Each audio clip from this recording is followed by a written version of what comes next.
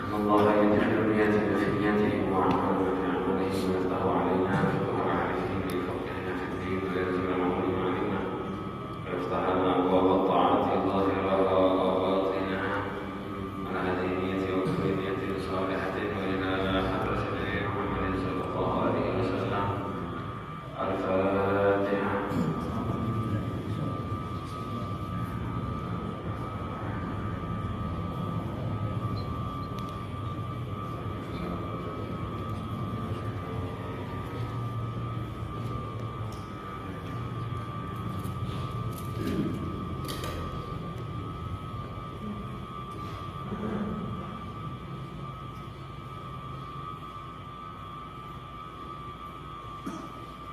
Bismillahirrahmanirrahim.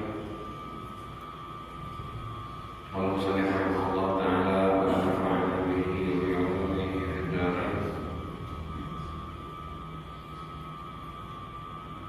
Al-khamisa asyara anhu qala qala Rasulullah sallallahu alaihi wasallam ala adullukum ala ma yaqullahu bil khataya wa yarfa'u bihi darajat. قالوا بلى يا رسول الله قال إسباغ الوضوء على مكانه وكثرة الخطى إلى المساجد وانتظار الصلاة بعد الصلاة فذلكم الربا.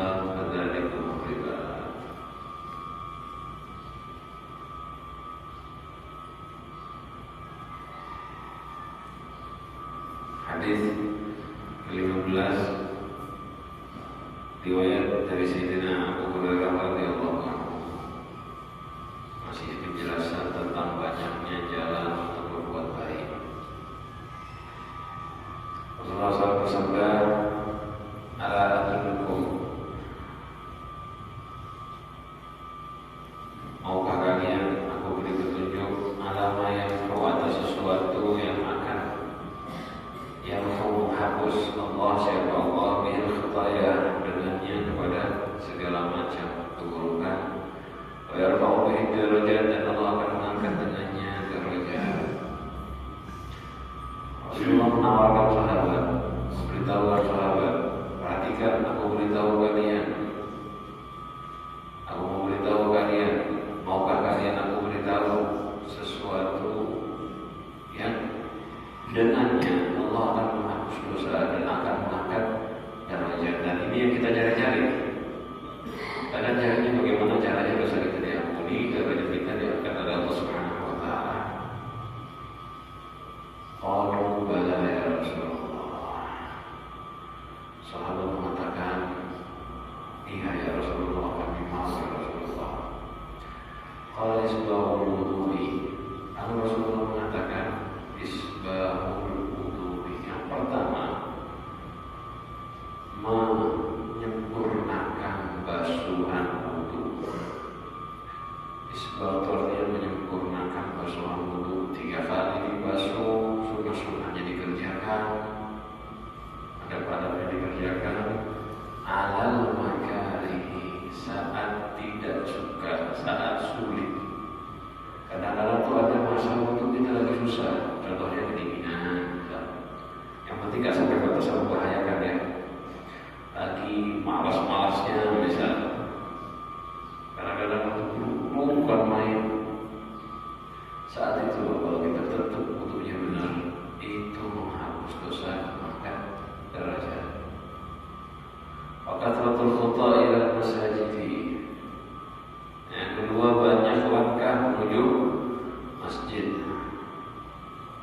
Banyak jalannya menuju masjid. Ini fadilahnya sangat besar. Sampai-sampai sudah kita nanti ada suatu sudah kita baca. Ada yang pada hadis.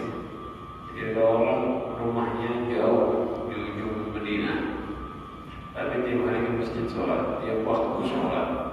Ada yang menawarkan suruh beli kendaraan. Kalau itu ya sana belinya keledai itu kuda, atau pindah ke dekat masjid biar enak sholatnya kan. Jawab tidak mau, aku berharap aku ini menjadi sebab diampuni dosa. Jangan menjelaskan di depan diampuni dosa dari Allah Subhanahu wa Ta'ala. Dan kalimat ini banyak langkah ke masjid ada dua makna. Yang sering kita dengarkan, rumahnya jauh dari masjid lebih banyak pahalanya dari yang dekat. Kan jelas itu ya.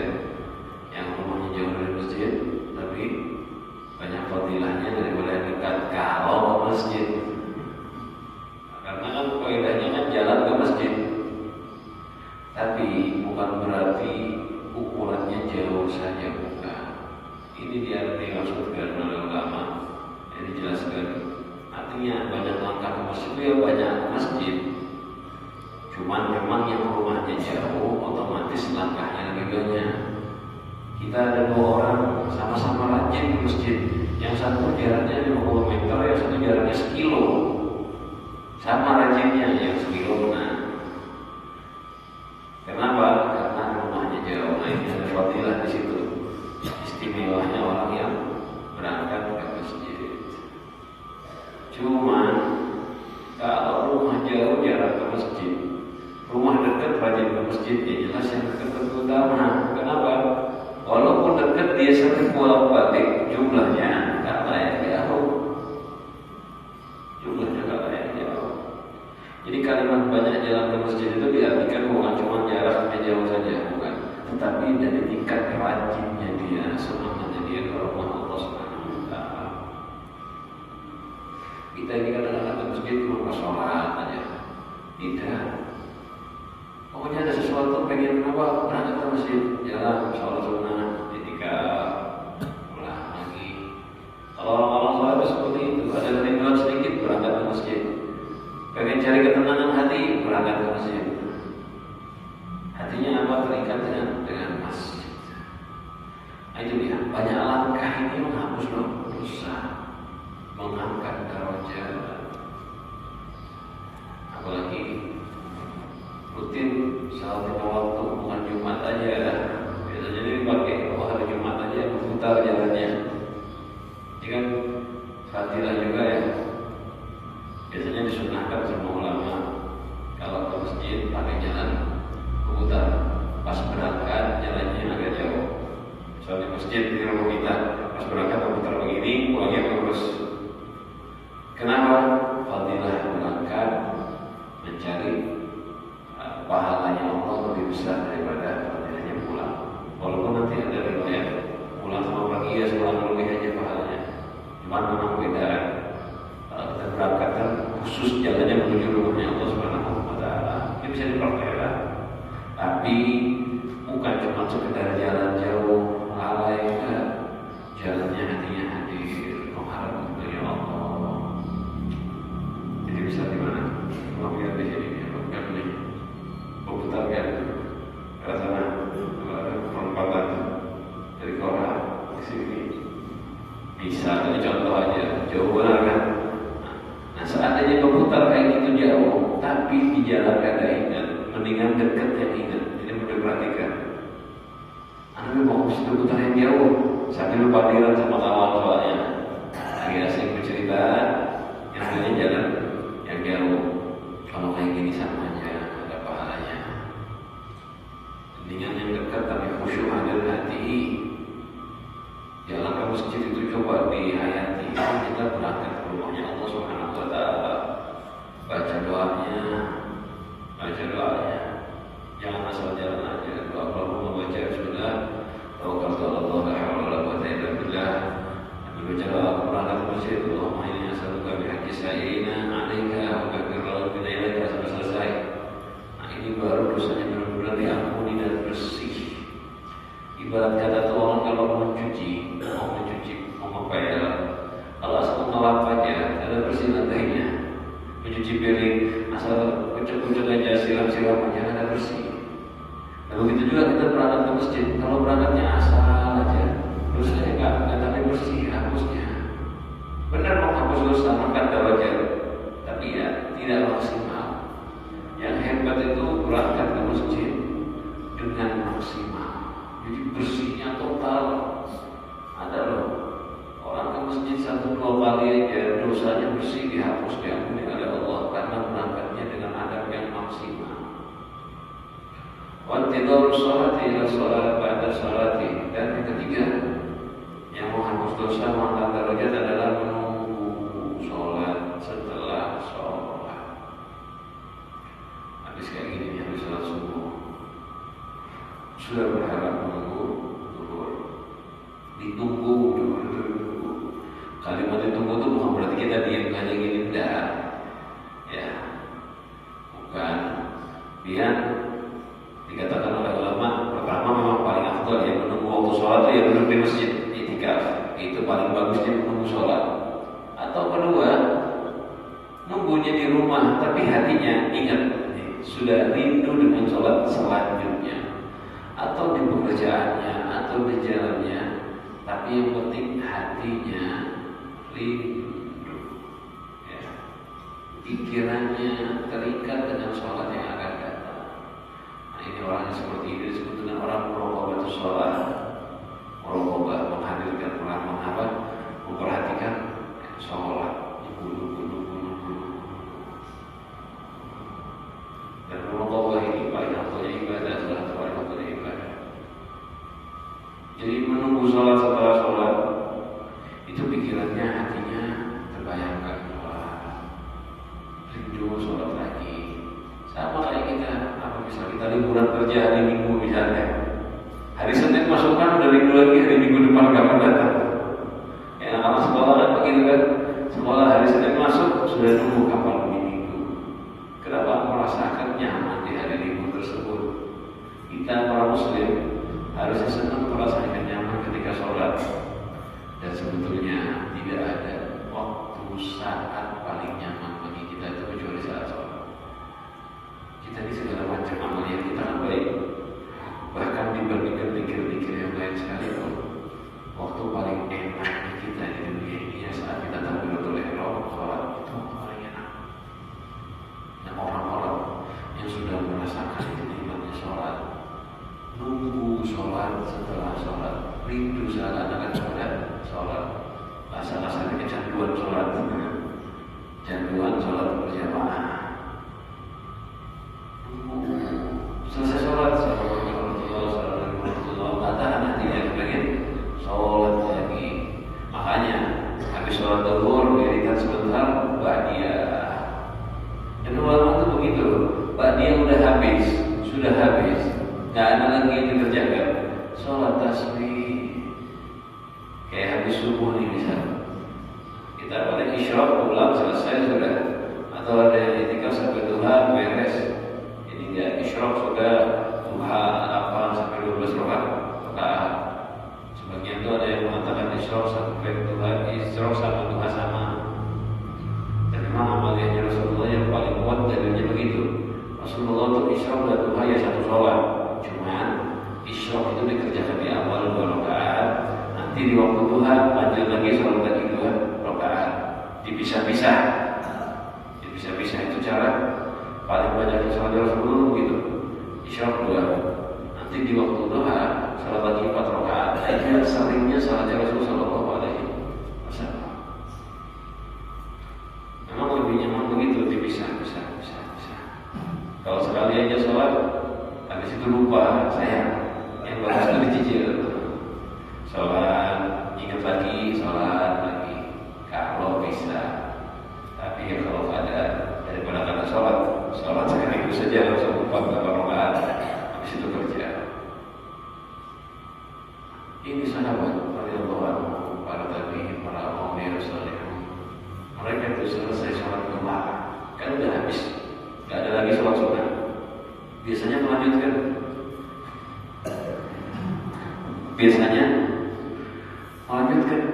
Bayangkan dari jam 8 pagi, jam 9 sampai ke jam 12 itu kan kosong 3 jam lebih sampai zuhur. Kalau kita ya.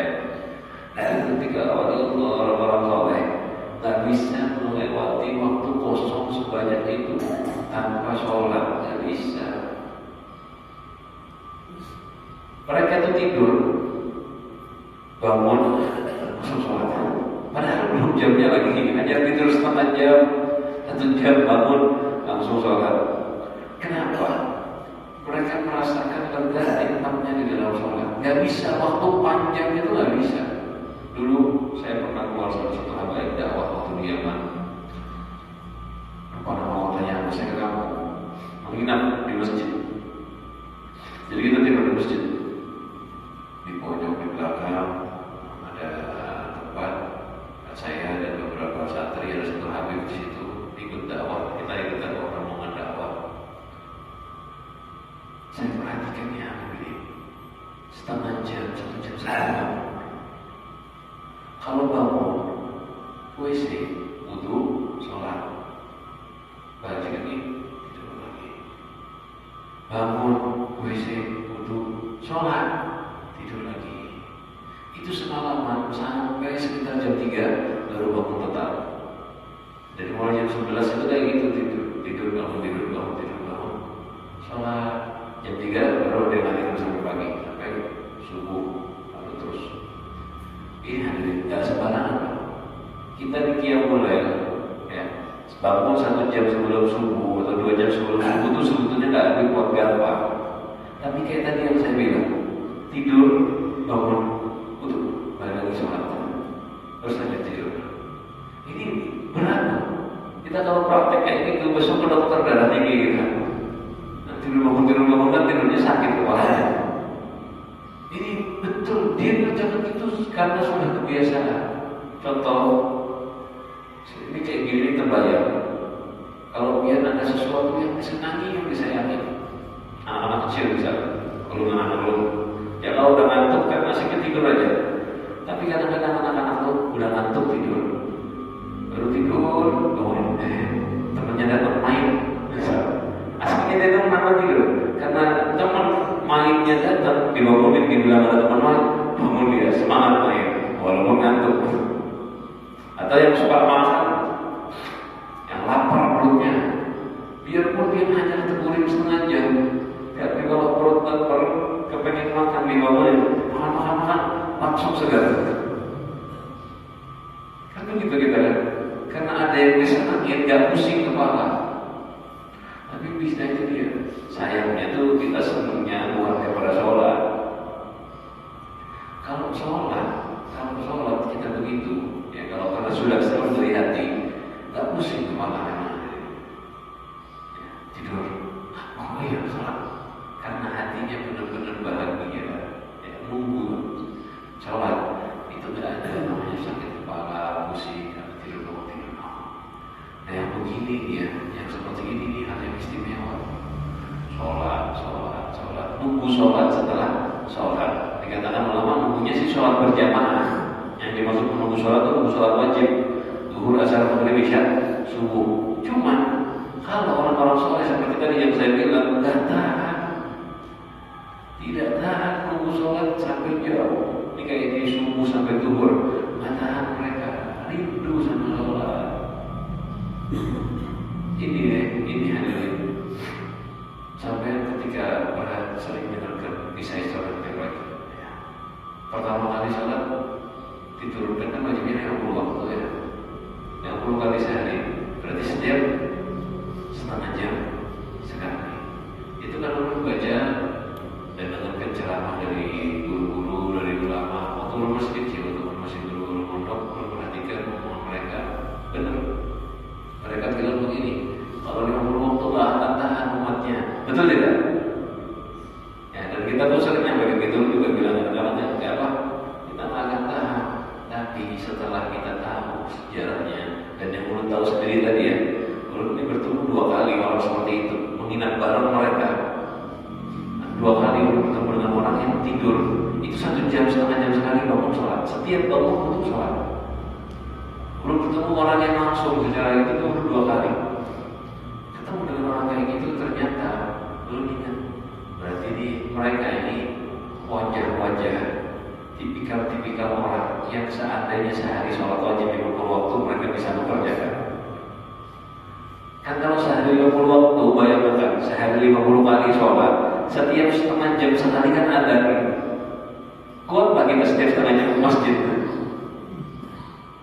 Ataupun kadang ke masjid sholat di rumah masing-masing, kuat lah. Duhur, maghrib, isya yang jalannya paling pendek aja itu kita kadang-kadang malas. sudah merasa apa namanya sudah kayak bosan gitu loh sholat.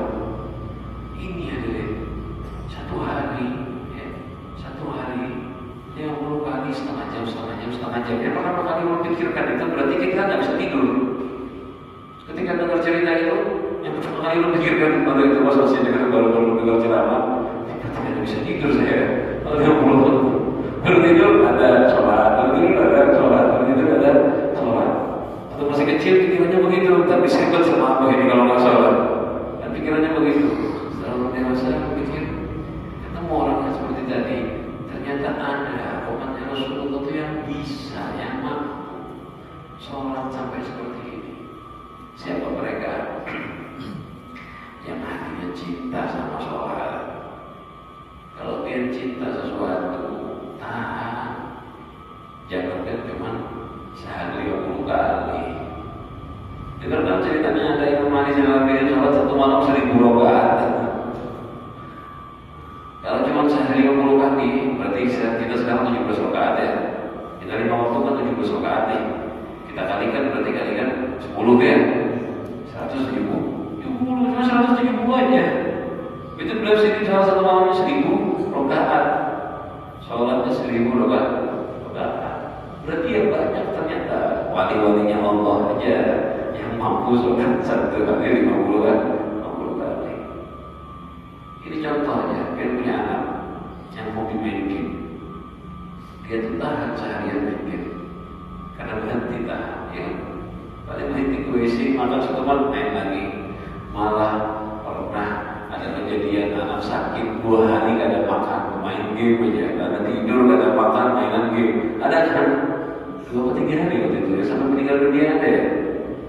Ada sampai diberitakan kalau masalah dulu belum lama sama kan.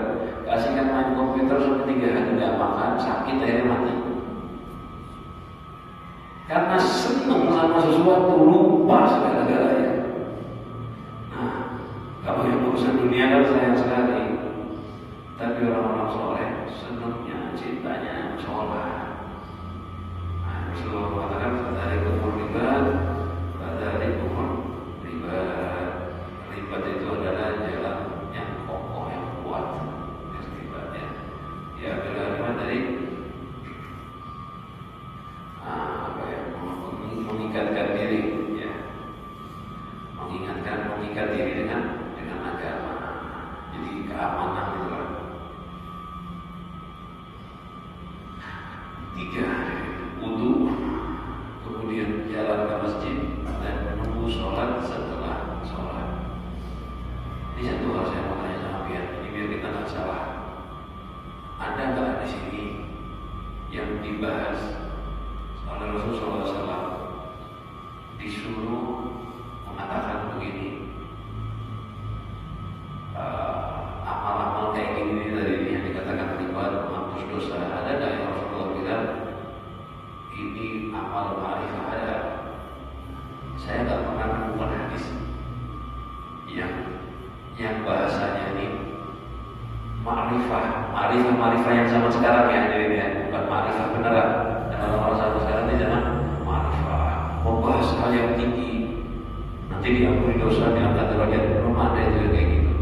Setiap membahas pengampunan dosa, soal derajat, itu Rasulullah bahasanya selalu entah itu sholat, wudu, mengaji, nunggu sholat, tidak ke masjid, membersihkan gangguan di jalan. Dan yang kita baca bagian ini banyak amal baik. Itu nggak ada amal-amal yang cuma ngomong, itu nggak ada.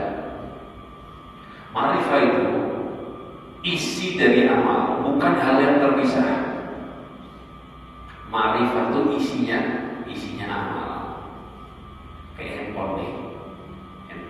Ma'rifah itu chipsetnya, mesin dalamnya. Kalau orang urut ma'rifah aja, misalnya lu buka layarnya, lu ambil casingnya, prosesornya aja. Nah, prosesor itu ma'rifah, memang paling bagus. Yang bikin jadi ini mahal ya prosesornya itu. Tapi urut ma'rifah aja, prosesor aja, ada manfaatnya lah. Bisa berteleponan sama orang lah. Gak ada. Malah bisa-bisa dia pegang ini, dia tidak akan dapat manfaat sama sekali, malah tersesat kadang-kadang. Sombong kan ada gunanya. Nah, begitu juga agama. Rasulullah SAW ketika menjelaskan, ya, memang riwayat-riwayat tentang ma'rifah itu penjelasannya penyempurnaan dalam amal. Kalau nggak ada sholatnya, nggak ada wudunya, nggak ada jalan ke masjid, percuma ini yang namanya ma'rifah. Dan setan senang menipu manusia seperti itu. Ma'rifah, ya, amal ma'rifah. Nggak paham maksudnya para ulama ajarkan itu tuh apa? Ya kan, kalau guru-guru kita yang ahli tasawuf kan ajarkan tentang ma'rifah, yang terbaik ini harus punya ma'rifah. Kalau nggak ma'rifah kurang berguna. Benar, handphone kalau nggak ada prosesornya kan bisa dipakai juga. Cuman ma'rifah tanpa handphonenya juga kan ada berguna, karena ada layarnya nggak dipakai juga. Guru menjelaskan, cuman kitanya itu telinganya dikuasai setan. Ulama yang sahih ketika menjelaskan ma'rifah dan amal hati, gak pernah ada yang membandingkannya dengan sholat, gak pernah. Saya gak pernah mendengarkan misalnya di Kalimantan, ya, kayak guru sekumpul, guru gak pernah mendengarkan detail Pak. Cuman kan sini menjelaskan tuh ma'rifah Rasul dan seterusnya. Itu pernah gak yang temukan sini ngomong kada usah sholat yang penting ma'rifah, pernah gak? Gak mungkin. Ketika ulama sahih gak mungkin ngomong seperti itu. Tapi yang ngomong seperti itu siapa? Ulama-ulama yang dikuasai nafsu, yang salah paham, yang umpat-umpatan aja, melihat guru, oh sini bahas ma'rifah, lucu juga. Baca kitab seorang, salah paham. Hasilnya apa? Guru ini padahal dianya itu salah paham, menisbatkan omongannya kepada guru. Akhirnya yang datang, oh kata guru, padahal dianya yang salah paham. Ini malah kayak gini dosanya double. Dosa salah paham, dosa memfitnah ulama sebetulnya. Dosa ngomong ulama mengatakan gak perlu sholat. Ini makanya kita nih karena ada di bulan Rajab, ya di mana-mana diajarkan sholat. Itu hadirin, memang yang paling menarik untuk orang-orang itu kan gak usah sholat masuk surga, itu yang paling nyaman. Ya Bu, Pak, kalau dia ditawari masuk surga, sholat 5 waktu, puasa, tutup aurat, banyak syaratnya. Tapi kalau ulun bilang, Pak mau sholat, apa mau masuk surga, hatinya dikatanya sama Allah masuk surga. Nyaman mana hadirin? Kalau ulun ngomong mau sholat, dia mau masuk surga, syaratnya sholat, puasa, zakat, tutup aurat, ya, jauhi ini dulu, kasih syarat banyak. Dan syaratnya dari Rasulullah sebetulnya, bukan dari ulun. Terus ada satu lagi ulama bilang, dia yang penting hati ma'rifat, surga. Enak banget. Enak itu paling cocok sama hawa nafsu. Oh surganya masih ini ternyata, tapi pada nyaman. Imam Nawawi gak enak, guru ini gak enak. Kenapa? Sulit banget masuk surga. Sama Sidin tinggal kuring aja, yang penting hati ingat surga. Nah, ini kayak gini permainan saya. Coba dari kemarin kita baca, Rasulullah itu ketika menyebutkan amal penghapus dosa, pengangkat derajat, yang disebutkan ya amal dohir. Amal batin nanti, amal batin itu pelengkap ikut dengan dohir. Jadi amal batin itu ikut dengan dohir. Selalu Rasulullah SAW menyebutkan itu. Ini contoh, hadis selanjutnya lebih hebat lagi, lebih ringan lagi cara masuk surga ini. Tapi ini ingat bahasanya Rasulullah SAW. Nabi Musa al-Asy'ari, dari Sayyidina Abu Musa al-Asy'ari radhiyallahu anhu. Rasulullah SAW bersabda, "Man shallal bardaini dakhala al-jannah." Muttafaqun alaih. Orang yang sholat bardain, dua dingin. Maksudnya sholat subuh dan sholat asar. Kalau subuh dingin sebelum matahari terbit, asar sudah mulai naum karena matahari mau tenggelam. Orang yang sholat bardain masuk surga. Gampang gak? Tapi tetap Rasulullah menyebutkan apa? Sholat. Tetap amalnya disebutkan. Yang disebutkan sholatnya. dua sholat ini masuk surga. Kalau nggak sholat zuhur sama maghrib isya, surga lah. Kan Rasulullah bilang yang sholat subuh dan asar masuk surga. Berarti lu kan harus sholat zuhur lagi gitu. Capek-capek aja lah. Mendingan kalau sholat maghrib sama isya, subuh aja sama asar masuk surga. Jangan salah paham. Itu termasuk nih contoh kesalahan dan belajar. Ketika Rasulullah bilang, barang siapa yang sholat zuhur, yang sholat subuh dan sholat asar, dakhalal jannah. Bahasa dakhalal jannah itu kalau bahasa Arab telah masuk surga. Telah masuk surga. Kok bisa orangnya masih hidup telah masuk surga? Kata ulama itu ditakkid, memastikan pasti masuk surga. Orang yang sholat subuh, yang sholat asar dijamin surga. Tapi mana zuhur, mana maghrib, mana isya? Berarti tidak perlu sholat maghrib, isya dan zuhur. Cukup subuh sama ini. Bukan, itu salah paham. Ketika Rasulullah menyebutkan sholat ba'dain, yang sholat subuh dan sholat asar masuk surga, itu ada gambaran, ya, ada gambaran. Apa gambarannya? Sulitnya menjaga dua sholat ini. Memang ini hadis ini dibahas sama ulama khilaf. Ulama mengatakan dulu sebelum sholat 5 waktu, ya sholatnya ini aja, pagi dan sore.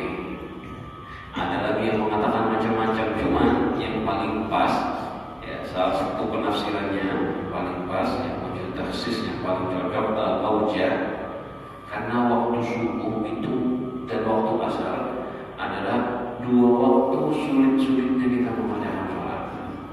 Paling berat dua ini hadir. Paling berat dua normalnya ya. Subuh itu kita tidur, lagi anak-anak tidur. Paling berat bangun untuk sholat subuh. Berat kan? Sulit subuh berat. Ya, alhamdulillah, dia dipilih oleh Allah Subhanahu wa Ta'ala. Ke masjid lagi, subhanallah, alhamdulillah. Ini nikmat, syukuri. Jangan merasa ini kekuatan dia, syukuri. Ini karunia Allah, nanti bisa istiqomah. Sulit tuh, subuh. Tapi kalau kayak zuhur, maghrib, isya, sholat gampang. Gampang, banyak yang sholat. Tapi subuh ini, subuh berat sekali, karena kita sedang dalam keadaan lantarnya tidur dan nyamannya tidur. Dan yang kedua, waktu sholat yang paling sulit, dan memang ini sholat yang paling afdal. Sholat yang paling afdal di antara 5 waktu, sholat apa? Sholat asar. Itu sholat paling afdal.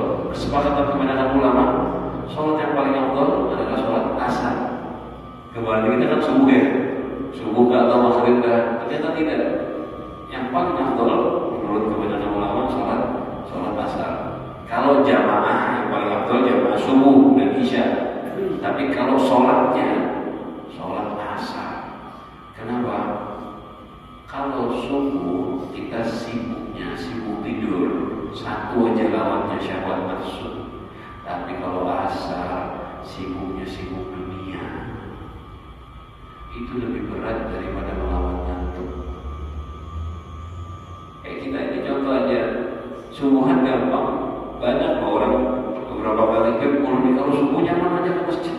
Tapi kalau asar ini begali, kadang-kadang ada sempat sholat. Banyak yang kayak gitu. Jadi ternyata melawan nafsu kita, nafsu ngantuk, nafsu tidur, lebih gampang daripada melawan nafsu untuk dunia. Dua ini sholat susah, subuh itu susah, asar lebih susah lagi.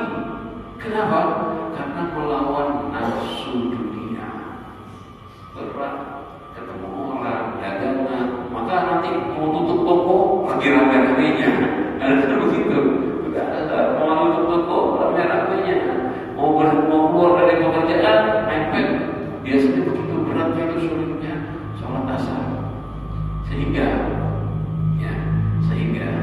ketika seseorang berhasil melawan nafsu, mengalahkannya, sholat subuh dengan benar, lalu sholat asar dengan benar, yang lain gampang, zuhur gampang, maghrib gampang, isya gampang. Maksudnya hadis itu begitu. Kalau yang udah 2 sholat ini dikerjakan benar, masuk surga. Kenapa?